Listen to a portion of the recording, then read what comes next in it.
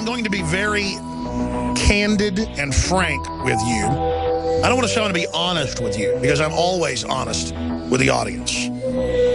But sometimes I hold back the full truth because I don't want to be alarmist. But I am so angry right now that I am beyond even physically showing it. I am so sick of our criminal government. I am so sick of the criminal special interest that would burn the country down if it gave them more power. And I am so sick of the compartmentalization where you can't even really hate the average big corporation or the average police officer or the average bureaucrat because they're just compartmentalized and know less than we do. They're not part of it. It's how big and complex the world is allows these con artists and these crisis creators, these wreckers, these vultures, to literally sabotage and screw our society over. 30 years ago, if there was an FAA air traffic disaster, people were fired. And if it happened again, they would fire the head of the FAA. In third world countries, if a dam broke and killed people, they would fire the head of the dam and sometimes arrest them. Now, when there's melamine in the milk in the U.S., nobody gets in trouble. They execute people in China for that. When our government screws up on purpose in Katrina and orders a stand down and a bunch of people die, FEMA got double the funding the next year in Congress for disaster relief. What does that incentivize? Screwing up. And then I see all the Bill and Melinda Gates, Monsanto preparation, like chickens with their heads cut off the last 2 years on Ebola and Ebola vaccines that are really live virus, nanotech, super science stuff. From eugenicists that run Planned Parenthood and fund all the big gun control groups and openly say they want to break up the family, hardcore psychopath, exterminist, beyond anything you'll ever see in a movie or read in a book. They make Hitler look unsophisticated. And then, I make a statement like that, and I think of all the data to prove it, and it makes my head spin. Makes my head swim. The Rockefellers that run the big tax-free foundations and run that whole program since 1906 and run the Bill and Melinda Gates and Warren Buffett Foundation, on record, funded the entire Nazi movement, the Kaiser Wilhelm Institute, everything.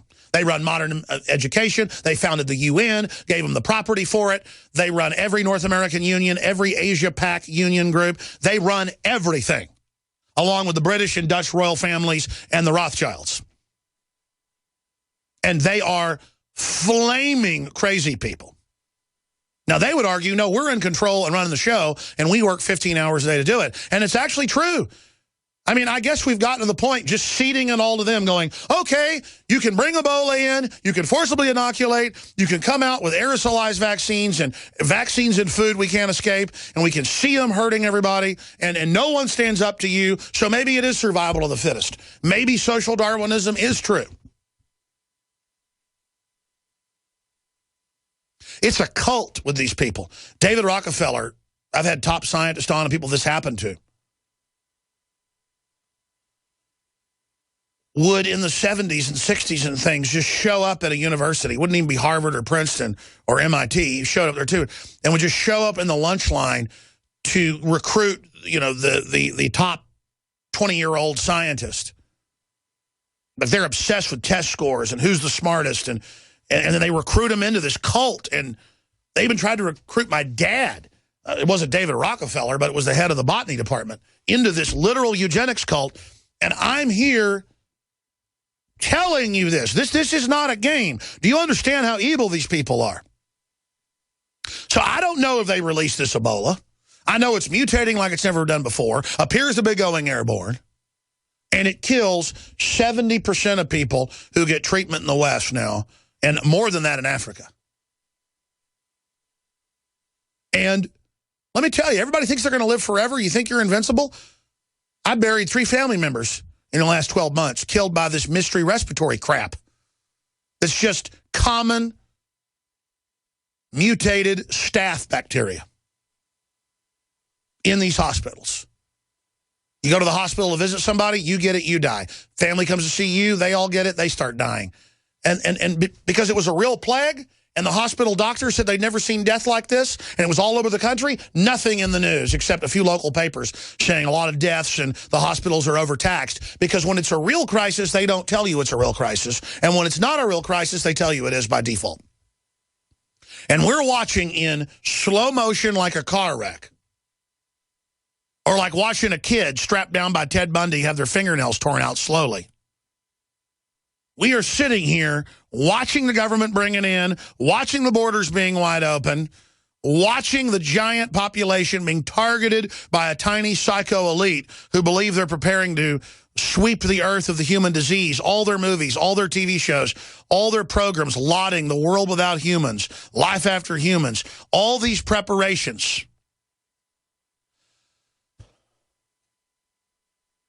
I don't think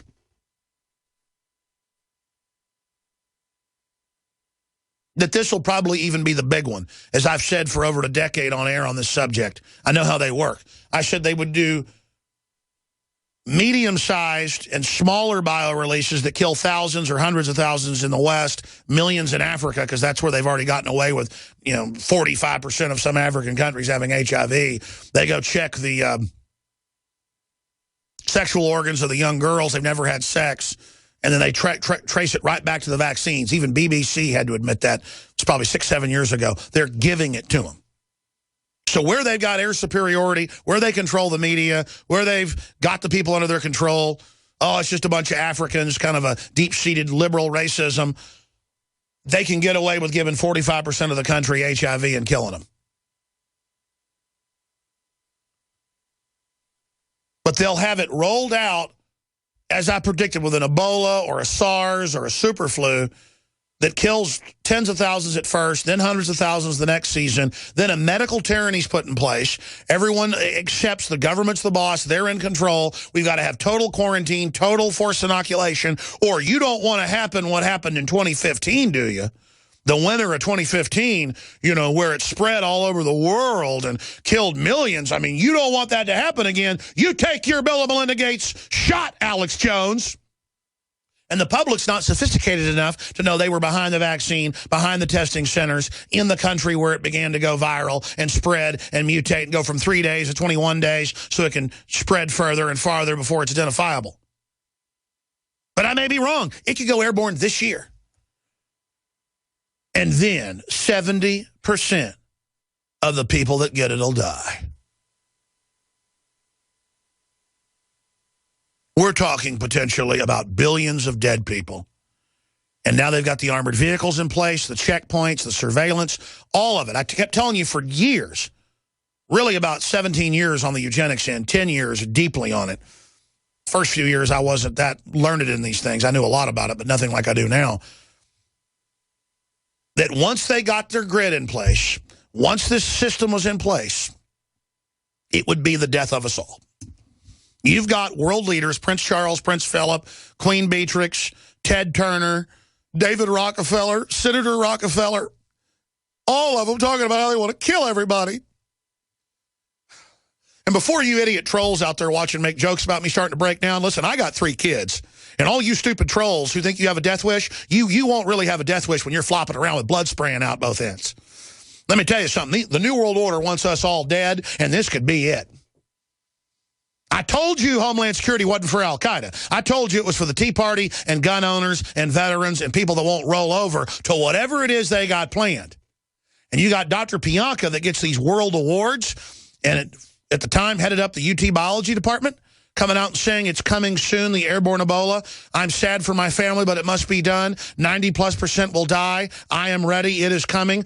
And 90+% of the people at the Texas Academy of Sciences in Houston stood and cried in up to 5-minute standing ovations when he projected a wall of red skulls and said the mass death is coming. Young women, graduate students, ran and threw themselves at him like he was Elvis Presley or the Beatles.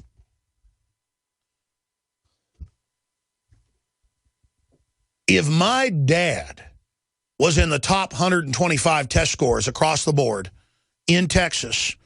And then they took the top 6 or 7 out of that and brought them in a room at the University of Texas and said, well, there's really a world government we're forming, a eugenics operation, and it's not like Hitler did it. It's going to be for the betterment of humanity. Of course, my dad ended up meeting my mom, getting married, going the quick route to medical school. He was never in all of it. But then he wondered why over and over again the CIA would show up. We want you to work with us. We want you to work with us. We want you to work with us. It was only because he had been fingered early on, but he's nothing that special. Out of Texas every year, they're pulling hundreds of people for this type of stuff. They've got a huge army in on it. Do you understand that? Brought into it when they're 18 years old. They brought my dad in when he was a junior in high school. He was already in a summer program at UT when they brought him in. Little Davy Jones. Do you understand how widespread is this? This is the real world, boys and girls. This is the real planet. This is where we live. And they wouldn't be doing this if they didn't think they could get away with it. Now, I want to be clear. Ebola has only come in with patient 0, and we know infected one nurse in Dallas, another nurse in Spain. We're going to Joe Biggs here in a minute on the Texas border. We know that. But obviously they were around a lot of other people. I think it's fair to say it's going to be more cases. And they did this deliberately to let it spread. That guy should have been locked up in level 5 containment day 1. Level 4. Here it is, Bloomberg. Detected Ebola hospital, or dedicated Ebola hospital sought after nurse's infection. U.S. and local health officials want to set up dedicated hospitals in each state for Ebola patients. Part of a new emphasis on safety and healthcare workers after a nurse caring for an infected patient in Dallas tested positive for the virus. Folks, the CDC goes on to say they're rethinking its existing infection control. No, they turned off the default, which we've been telling you for months. We told you when they brought in people with Ebola, it was going to spread from them, and it is now. See? It was on purpose. They study this. They're the experts. They knew. Our government wants Ebola spreading in America, and they think, here's the big one, that they're going to get away with it. Cops, firefighters, EMTs, medical workers, you're going to be the front lines of getting this. So remember what your loyalty to this suicidal system did when you get it and your kids get it. I'm sorry for your kids. I'll probably be blamed for trying to stop it. I understand how that works. I understand. So just remember, this is what giving into the New World Order does. This is what living in fantasy land does, okay? And for the general public, hope you enjoy it. Hope you enjoy all of it. Because if we don't put massive pressure on them now to immediately lock up everybody who's come in contact with these patients, we're talking thousands of people have to be locked up now. No, they're going to let that spread, and it's going to be millions. They want it to get to a critical mass. Then they're going to clamp down, and it's going to be hell.